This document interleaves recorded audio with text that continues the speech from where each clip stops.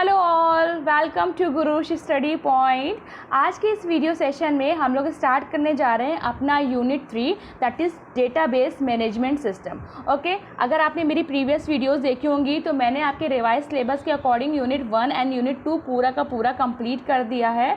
आज से मैं आपका यूनिट 3 स्टार्ट करने जा रही हूँ और मैं आपको एक बात और बता देती हूँ, ये यूनिट उन बच्चों के लिए भी हेल्पफुल होगी जो क्लास 10th में IT से हैं, जिनका कोर्स कोड है 402, क्योंकि उनका जो लास्ट चैप्टर है वो डेटाबेस मैनेजमेंट सिस्टम भी है। तो अगर आप किसी ऐसे बच्चे को जानते हो जो क्लास 10th में है तो you can share this video to them also. Okay, तो अब हम बात करते हैं कि डेटाबेस मैनेजमेंट सिस्टम होता क्या है। पहले मैं आपको एक बात बता देती हूँ, ये क्यों ज़रूरी है, क्या पर्पस है।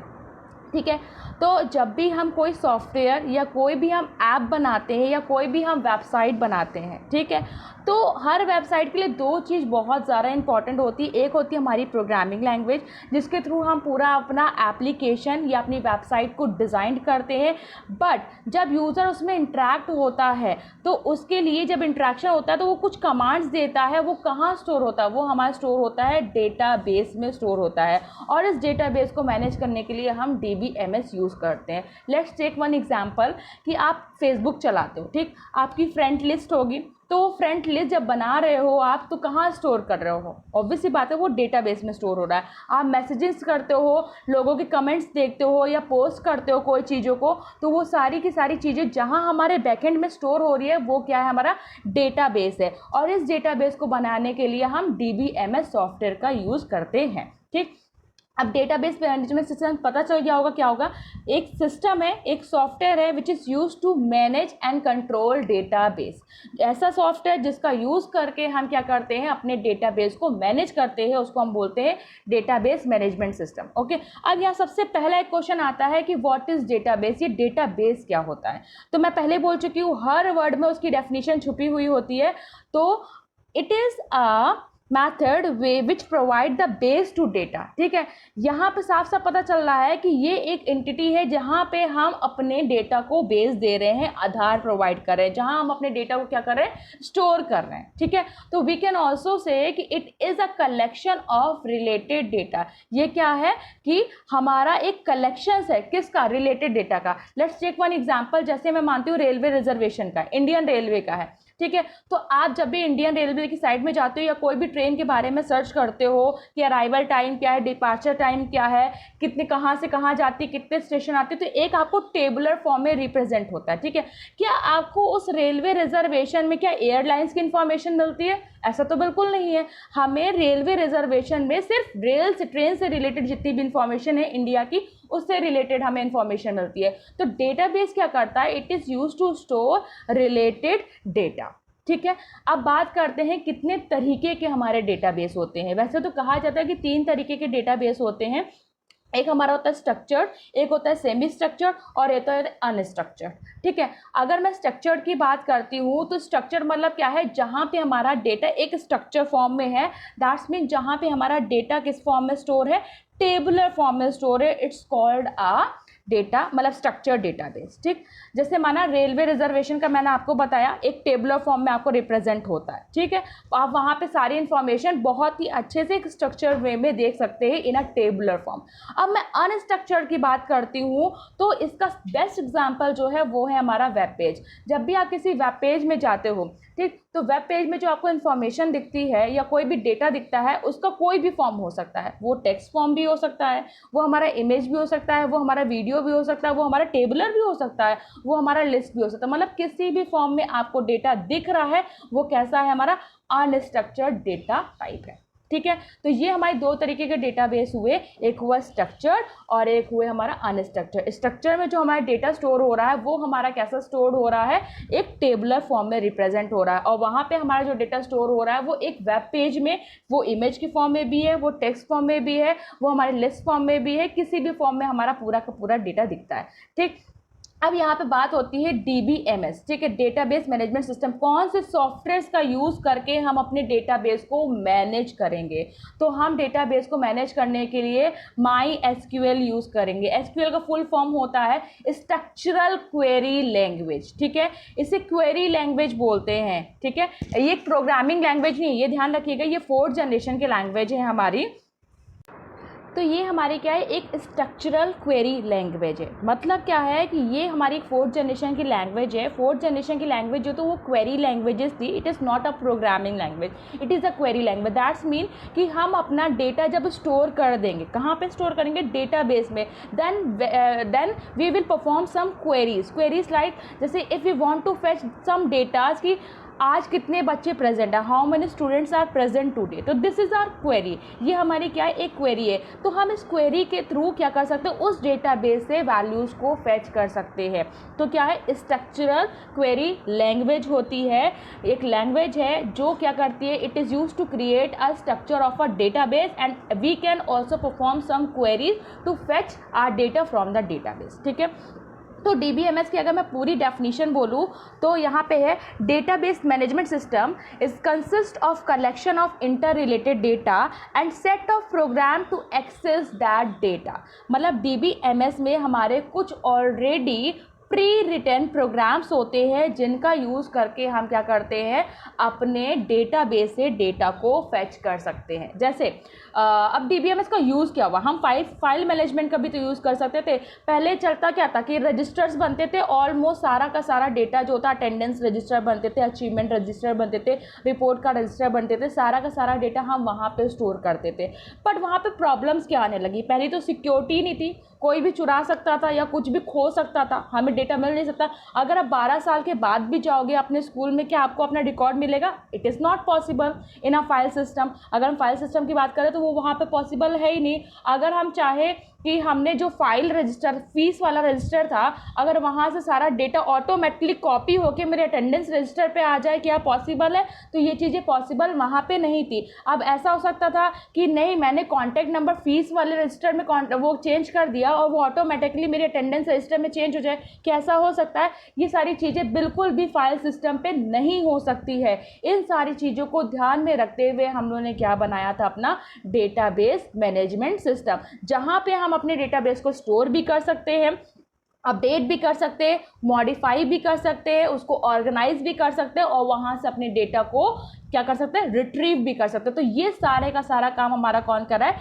डेटाबेस मैनेजमेंट सिस्टम कर रहा है। तो एक डेफिनेशन मैं आपके साथ शेयर करूंगी, a DBMS controls the organisation, storage, management and retrieval of database. तो ये सारा का सारा काम हमारा कौन कर रहा है, डेटाबेस मैनेजमेंट सिस्टम। और आप जो यूज़ करोगे वो यूज़ करोगे MySQL, और SQL का फुल फॉर्म मैं बता ही आपको चुकी हूँ।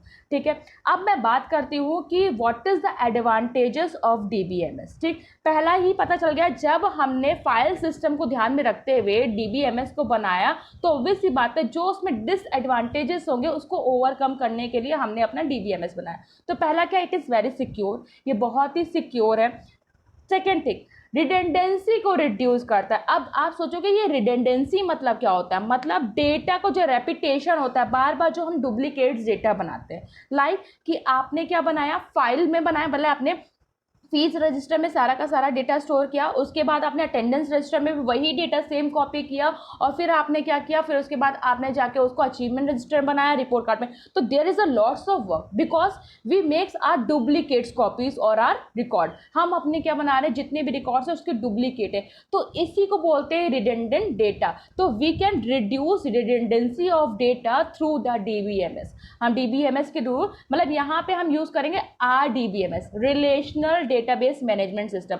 रिलेशनल क्या करता है कि हम सिंपली क्या है, जैसे हम लेट्स टेक वन एग्जांपल कि हमने एक स्टूडेंट्स नाम का डेटाबेस बनाया। ठीक, अब स्टूडेंट नाम के डेटाबेस में कई सारी टेबल्स होंगी। ठीक, माना क्लास 1, क्लास 2, क्लास 3, क्लास 4, इस तरीके की हमने क्या बनाई, टेबल्स बनाई सबकी अलग अलग, और उस टेबल से रिलेटेड क्या बनाई, उसकी फीस रिकॉर्ड बनाया, उसका अचीवमेंट बनाया। तो भाई एक बात बताओ, जो क्लास 1 का मैंने टेबल बनाई थी उसमें क्या स्टोर होगा, क्लास 1 के जितने भी स्टूडेंट हैं उनके name, father's name, mother's name, contact number, Aadhaar card, ये सारी की सारी चीज़ हमारे स्टोर होगी ना वहाँ पे। अब हम क्या करेंगे, जब हम रिलेशन एस्टैब्लिश करेंगे किसके बीच में, क्लास 1 की टेबल और क्लास 1 की ही फीस टेबल के बीच में क्या एस्टैब्लिश करेंगे, रिलेशनशिप एस्टैब्लिश करेंगे। तो we can easily fetch all the values from the class 1 table. हम वहाँ से टेबल को फेच कर सकते हैं। ये कैसे करेंगे, ये सारी चीज़ें मैं आपको बताऊंगी। तो हम रिलेशनशिप कैसे स्टैब्लिश करते हैं, ये सारी की सारी चीज़ें हम बताएंगे, क्योंकि हम आपको आगे पूरा कंटेंट भी देंगे, पूरे नोट्स भी देंगे, जिसमें बताऊंगी भी कि फॉरेन की क्या होती है, हमारी प्राइमरी की क्या होती है, कैंडिडेट कीज़ क्या होती है, अल्टरनेट कीज़ क्या होती है, ये सारा का सारा आपको थ्योरी का पोर्शन मिलेगा। आज मैं आपको सिर्फ और सिर्फ शॉर्ट इंट्रो दे रही हूँ कि इसमें हम क्या क्या पढ़ेंगे, ठीक है। तो ये हमारा हुआ कि रिडंडेंसी ऑफ डेटा को हम रिड्यूस कर सकते हैं, मतलब एक टेबल में हमने एक बार डेटा लिख लिया तो रिलेशनशिप के थ्रू हम पहली वाली अपनी टेबल से वैल्यूज़ को फैच कर सकते हैं, ठीक है। नेक्स्ट अगर मैं एडवांटेज की बात करते तो इनकन्सिस्टेंट, मतलब कंसिस्ट है यहाँ डेटा, मतलब क्या है कि अगर मैंने फीस रिकॉर्ड में टेबल में जाके कोई भी डेटा को चेंज कर दिया है तो वो ऑटोमेटिकली मेरे अचीवमेंट रजिस्टर में या अटेंडेंस रजिस्टर में वो ऑटोमेटिकली ही हमारा डेटा क्या हो जाएगा, चेंज हो जाएगा। तो कंसिस्टेंसी बहुत ज़्यादा ज़रूरी है। नेक्स्ट है रिकवरी ऑफ डेटा, ठीक। रिकवर को हम डेटा को बहुत, अगर सोचो कि आपने फाइल सिस्टम में या किसी रजिस्टर में डेटा बनाया और उसके बाद आपका डेटा लॉस हो जाता है तो आपके पास कोई सोल्यूशन नहीं है, आपको फिर से वो रजिस्टर बनाना पड़ेगा। बट यहाँ पे रिकवरी का ऑप्शन होता है कि हम, क्योंकि अपना जितना भी डेटाबेस है वो नेटवर्क में स्टोर करते हैं, ठीक है, क्योंकि हम जब नेट चलाते हैं तो हम किससे कनेक्टेड होते हैं, नेटवर्क में होते हैं। तो वो नेटवर्क से हम क्या कर सकते हैं, फेच कर सकते हैं सारे डेटा। जैसे आप अपना एग्जांपल ही ले लो, जब आप न्यू मोबाइल लेते हो तो न्यू मोबाइल में क्या होता है, जब हम कॉन्टैक्ट नंबर सेव करते हैं, कहाँ सेव करते हैं, अपनी जीमेल आईडी में करते हैं या अपने वन ड्राइवर में सेव करते हैं। तो वहाँ से हम क्या करते हैं, अपना सारा का सारा डेटा क्या कर लेते हैं, फैच कर लेते हैं। तो ये नेटवर्क के थ्रू हम क्या कर सकते हैं, अपने डेटा की रिकवरी कर सकते हैं। तो ये सारे हमारे क्या हो चुके हैं, एडवांटेजेस ऑफ DBMS। अब हम इसमें और क्या क्या पढ़ेंगे, हम पढ़ेंगे कि डोमेन्स क्या होते हैं, हम पढ़ेंगे कि क्या हमारे रिलेशंस क्या होते हैं, हमारी कीज़ कितने तरीके की होती है, ये सारा का सारा मैं आपको पढ़ाऊँगी, ठीक है। पूरा थ्योरी वीडियोज़ में, पूरा आपको नेक्स्ट वीडियोज़ में मैं पूरा एक्सप्लेनेशन इसका देने वाली हूँ। अब मैं बात करती हूँ कि एप्लीकेशंस क्या है। ऑब्वियस सी बात है, चाहे आप फाइनेंस की बात करो, चाहे आप बैंक्स की बात करो, चाहे टूरिज्म की बात करो, चाहे ट्रांसपोर्ट की बात करो, या टेलीमीडिया की बात करो, या ऑटोमेटेड टेलेड मशीन की बात करो, किसी की भी बात करोगे, हर जगह पे आप क्या यूज़ करोगे, डेटाबेस यूज़ करोगे। अगर आप कंप्यूटराइज लाइब्रेरी की भी बात करते हो, आप नेट पे भी कुछ सर्च करते हो, तो वो जो डेटा फैच होके आ रहा है वो हमारा कहाँ से आ रहा है, डेटाबेस से आ रहा है। तो एप्लीकेशंस एरिया ऑफ DBMS कौन कौन से हुए, जैसे बैंकिंग हुए एंड फाइनेंशियल सर्विसेज हुए, कल्चर एंड साइंटिफिक इंफॉर्मेशंस हो गई, ट्रांसपोर्ट हो गए हमारे, एंड टेलीमेडिसिन्स हो गए, नेचुरल रिसोर्सेज हो गए, प्रोडक्शंस हो गए, और computerise library system. These all are the application areas of a database management system. तो आपको पता चल गया होगा कि डेटाबेस मैनेजमेंट सिस्टम क्या है, किस तरीके से हम डेटा को स्टोर करेंगे, किस तरीके से उसमें क्वेरीज रन करके अपने वैल्यूज़ को फैच कर सकते हैं, रिट्रीव कर सकते हैं, डेटा को ऑर्गेनाइज कर सकते हैं और डेटा को मैनेज कर सकते हैं, ठीक है। और अगर मैं बात आपसे करती हूँ कि किस तरीके से हम अपने डेटा को स्टोर करेंगे, तो यहाँ पे हम कई सारी क्वेरीज रन करते हैं, ठीक है। किस तरीके से हम अपने डेटा को क्रिएट करेंगे, तो हम क्रिएट क्वेरीज का यूज़ करेंगे। अगर हमें कोई भी डेटा को फैच करना है, जैसे हमें फैच करना है कि जो हमने टेबल बनाया है, स्टूडेंट की टेबल, हम उसका पूरा का पूरा रिकॉर्ड को फैच करना चाहते हैं, then we use a select query, ठीक है। अगर आप चाहते हो कि किसी तरीके की डेटा को मॉडिफिकेशन या चेंजेस करने हैं, then we use a update queries, ठीक है, हम अपडेट क्वेरी का यूज़ करेंगे। अगर आप चाहते हो कि टेबल को डिलीट करना तो हम ड्रॉप क्वेरी का यूज़ करेंगे। अगर आप चाहते हो कि सिंगल किसी के टेबल को करना, डिलीट करना सिंगल रो को, then you will use a delete query. तो हम डिफरेंट टाइप की क्वेरीज का यहाँ यूज़ करके अपना डेटाबेस बनाएंगे और उसमें मॉडिफिकेशंस भी करेंगे, ठीक है। तो डोंट वरी, मैं आपको सारी का सारा प्रैक्टिकल्स करके आपको पूरा का पूरा बताऊंगी, ब्रीफली एक्सप्लेन करूँगी, सारे नोट्स भी मैं प्रोवाइड करूँगी। तो प्लीज़ आप मेरी सारी वीडियोज़ को ज़रूर देखिएगा और मैं आपके पार्ट 5 में पूरे पार्ट लाऊंगी, 5 पार्ट्स लेके आऊँगी, जिसमें मैं आपका पूरा का पूरा MySQL कंप्लीट कर दूँगी। और ये 10th क्लास के लिए भी बहुत ही इंपॉर्टेंट वीडियो है। Okay, thank you for watching my videos and मेरे साथ कंटिन्यू रहिए, अपना यूनिट्स पूरे कंप्लीट कर लीजिए। अगर आपको किसी तरीके का भी कोई भी डाउट होता है तो please you can comment me, okay. आप मुझे कमेंट करिए, मैं आपको प्लीज देखूंगी कमेंट और आपको तुरंत उसका सोल्यूशन भी बताऊंगी। Okay, thank you, bye bye.